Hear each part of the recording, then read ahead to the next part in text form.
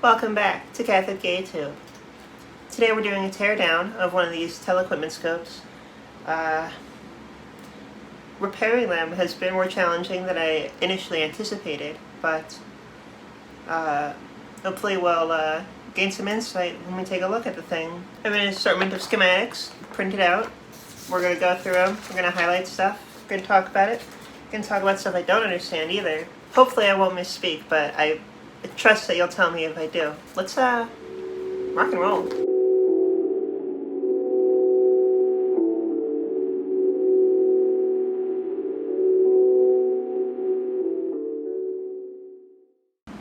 You can see that it's in a state of disassembly already. For curiosity's sake, just for fun, this is the illuminatable gradient from these little bulbs here that lights up. I think those are neat, very cute. But yeah, it's already torn down a little bit because I've been repairing it. A repair in very generous air quotes there. Here's the front panel. Pretty standard stuff for a scope. Our Y controls, our X controls, an assortment of inputs. Trigger bullshit, more trigger bullshit. The focus and brilliance control, which was what initially was bad on this unit. Just a quick note, teleequipment scopes are very cheap, and this panel is like I can bend it with my hands. And I'm not very strong. So definitely, before we even get in here, be aware that this is a budget unit for budget hobbyist people. It's very cute butterfly doors. Love those.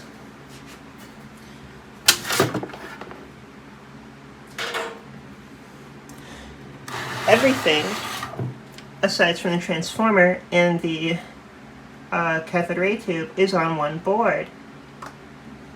These gigantic capacitors down here are part of the high voltage supply. They're actually bolted, screwed into the chassis instead of being mounted on the board, and they're connected with these little legs here. I hate that design. I hate it so much. Yeah, so these two large capacitors are for the high voltage power supply, and so are these larger green ones. These little ceramics are as well. Well, little, they're fucking gigantic, but you get the point.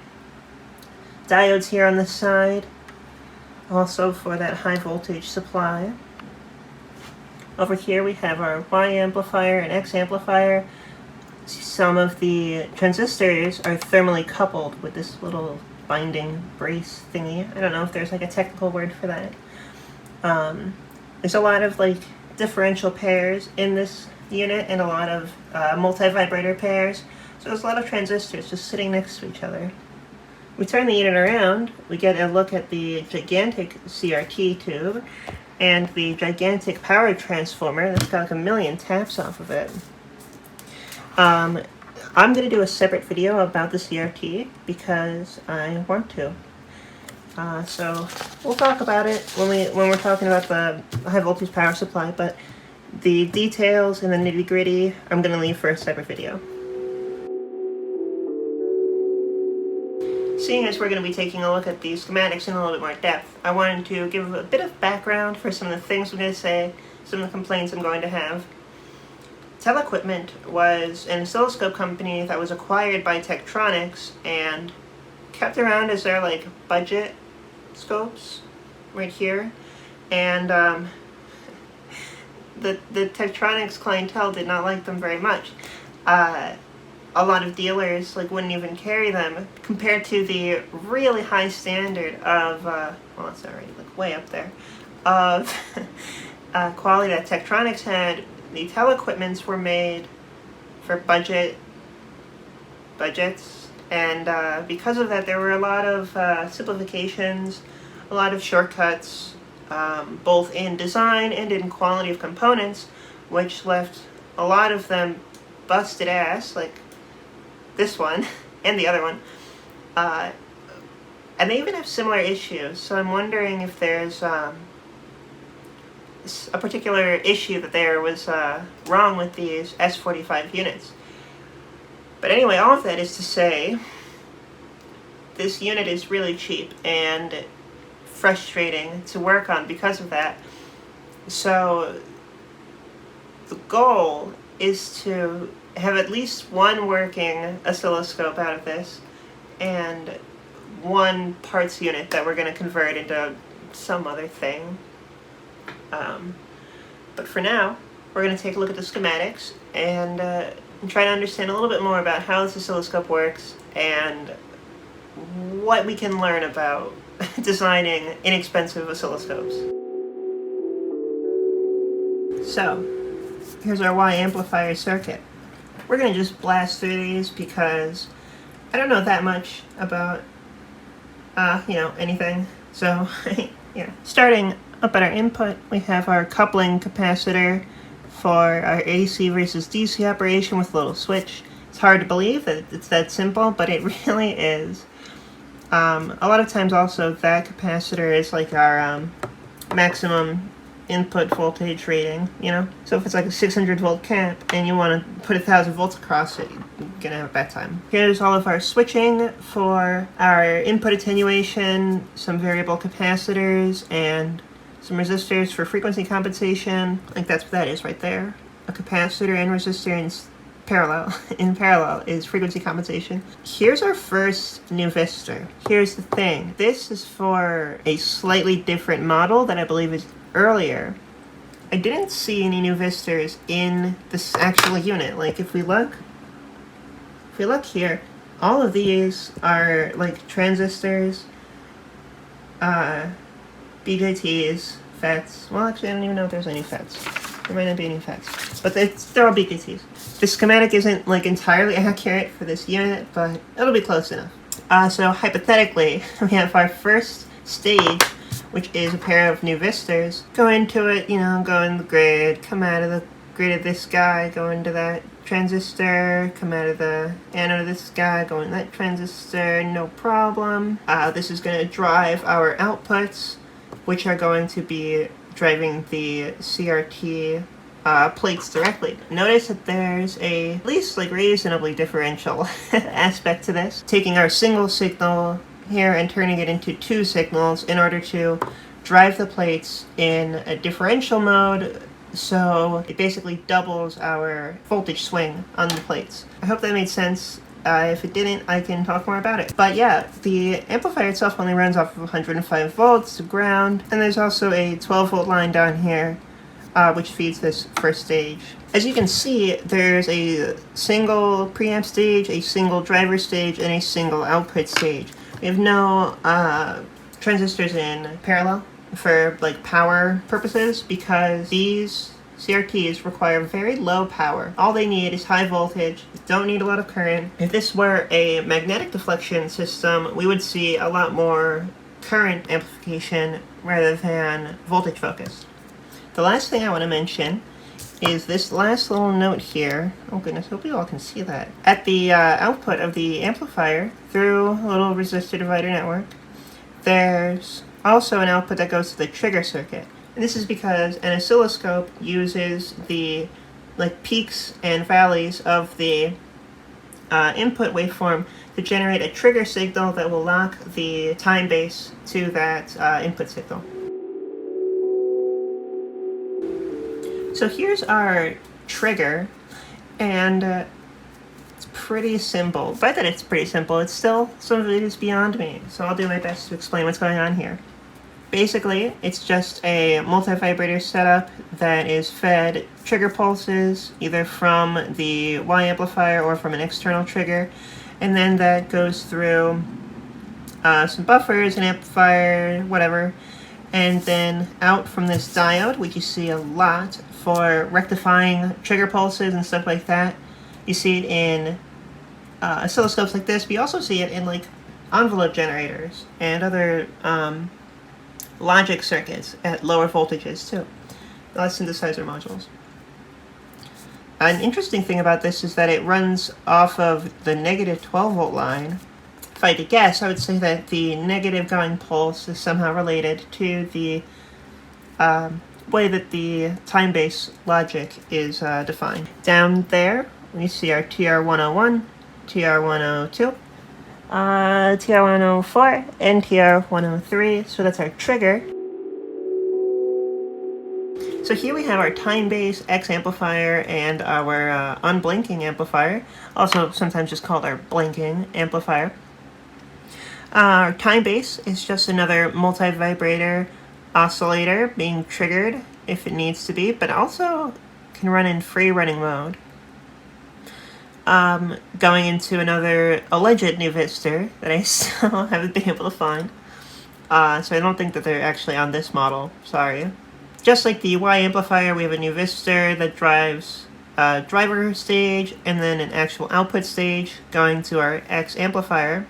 In addition to that, we can see the signal is fed into our unblinking amplifier, which is just another sort of pulse amplifier where a signal is sent to the grid and also to the anode of the CRT. When that pulse goes across the grid and the anode, it changes the voltage potential of those pins, of those electrodes, so the flow of electrons is momentarily obstructed, and so the trace goes dark.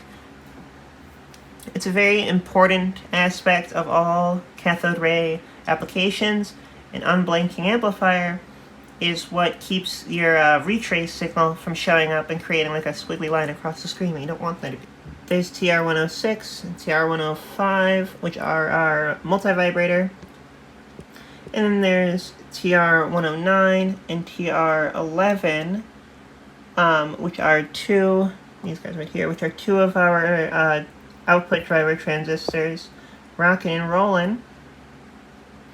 We can see that big 470 microfarad capacitor at 16 volts. A lot less scary than the higher voltage capacitors that we're going to meet in the next section. Now the fun part. Power supply and the CRT voltages. Like I said, we're not going to do a whole profile of the CRT here, but we will do one soon. This is our transformer. These pins here are the voltage selection pins. They're hooked up to all the crap on the back. I'll show you that really quickly. So all of these pins here can be selected with this little thingy. We want them to be set for 120 volts / 240 because we're running 120 volts here. While I'm here, I might as well point out that the Z mod is here, which is going to control our grid if we want to add in additional blinking for some sort of rasterized whatever.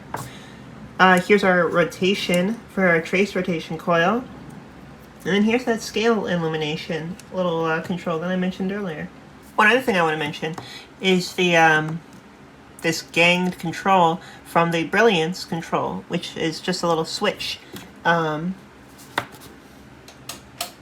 that controls the on and off. I think that's very cute. It's really scary to have your on-off button connected to like a metal shaft of a potentiometer, but like whatever. So our windings are pretty intense, but they're what you would expect for something like a CRT. We have an 1150 volt tap, a 750 volt tap, we have 104 volt tap, a 14 volt tap, and our 6.3 volt tap, which is for our CRT, and that's it actually. There's no other tubes in this that require filament. Yeah, so coming off of the high voltage line, we go through a little voltage multiplier circuit. As you can see, the filtering caps are rated for 4 kilovolts. So this is some serious shit right here. A little filtering resistor here, and then it goes to one of the anodes right here. The 750 volt line comes down to become our negative supply here, feeding the grid and the cathode. You'll see the brilliance control right here, and also that MR301, that little 100 volt Zener diode that blew up and then blew up again. It's possible that this capacitor is also bad, C302. And it's possible, you know, one of these guys is unhappy. I haven't made my way through it yet because the board is very difficult to work on, and I'll talk more about that later, I guess. Or maybe I will have talked about it earlier in the video. I don't know, I haven't edited it yet.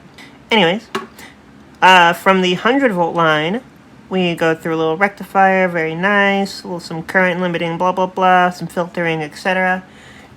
We drive our trace rotation coil, and there's just a pot there to control the amount of current that's going through it. Just wanted to zoom in a bit on the actual CRT section. We have our astigmatism control going to this anode. Then we have some voltage dividers. We get our tap for our focus, and then another voltage divider to our negative sort of side. And then we have the grid and the cathode. Coming in here, there's a 10 megaohm resistor and a capacitor there for filtering and for like impedance. This capacitor is very high voltage because if you look at the grid, it's connected to this basically negative 1700 volt line, and we need a really fat capacitor here to block the DC from leaking into our Z-mod source. So for example, if we were just driving it with a simple, you know, just a transistor BJT little amplifier circuit, and we didn't have that capacitor there, then we would feed multiple kilovolts of negative voltage into the emitter of our little amplifier, which would be bad. We don't want that. Sounds not good. Of course, we also have the deflection plates up here, the y-axis, x-axis. The last little section here in the middle is our scale illumination bulbs that are powered off of the 14-volt line. A pot here controls the amount of voltage and current that's afforded to them. And then down here we have... Oh, actually I was wrong. In this circuit, the nuvistors, they do have filaments. Sorry guys, don't know that much about them. And they're being driven by this little transistor driver here. But they're not running on AC, which is interesting. I'll have to do some research on that. Learn how those work.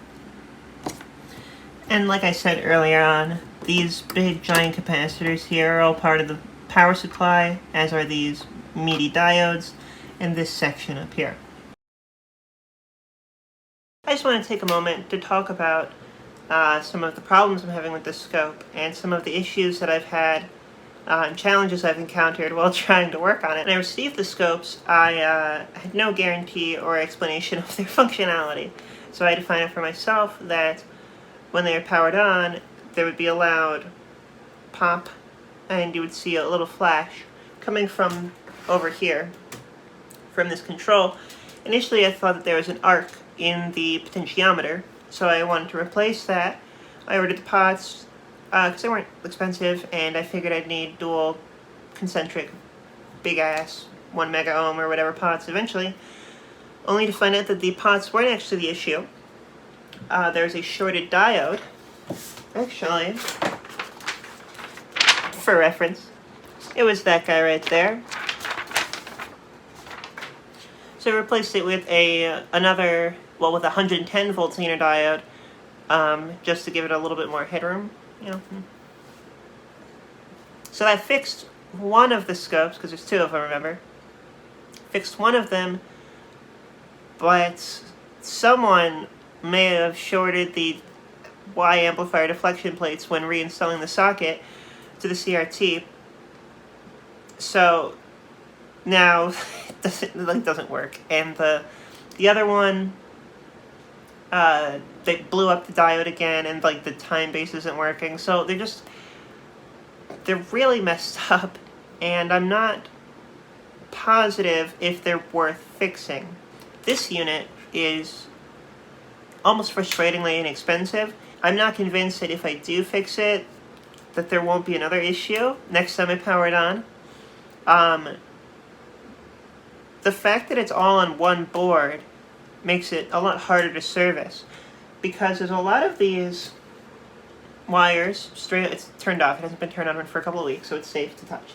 But there's all these wires and cables and everything, and soldered and whatever into place, and the controls are actually circuit board mounted and then bolted into the front of the thing. To actually get the board out, I'd have to desolder the CRT connections on this side of the board, desolder these big caps. Oh, I know that's off, but even touching them is still scary.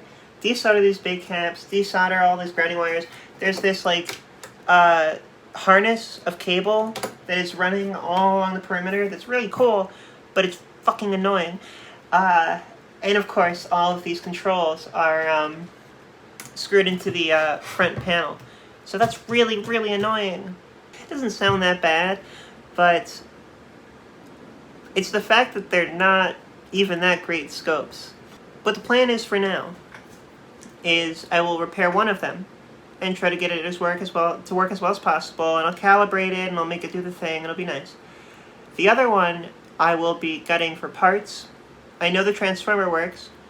I would really like to build a high voltage power supply for testing CRTs and stuff like that. Some of the high voltage parts that I'm excited for are the high voltage transistors for the amplifier section, the high voltage capacitors for the power supply, the high voltage diodes for the power supply, the CRT, of course, and the transformer, of course. With those parts, I'll be able to turn this into an XY scope for video art or for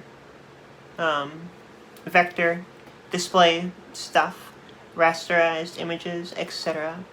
Yeah, the other thing is that the chassis themselves aren't that bad. They're like metal, you know, they're nice. It's better than the plastic one that I have from the Heath kit, Bell and Howell, or not Heath, yeah, Bell and Howell oscilloscope that I have that's up on the top shelf. Look, that one, it's garbage. It's like falling apart, and it's like not good. So ironically, despite the fact that they're inexpensive and were budget items at the time, the robustness of them is really worth being celebrated today. The CRT also works, and it's super dope. I really hope I didn't blow up the deflection plates on that one that I shorted, but that just might be the reality. But yeah, that's all for now. Hopefully this content is watchable. If there's anything you'd like me to go into more depth, if there's anything you want me to go into more depth talking about, then like absolutely let me know, and I can talk about stuff a little bit more, assuming that I know the answer. Like I said, I'm not an expert. I just think they're cool. I just think they're neat. That's all. Bye.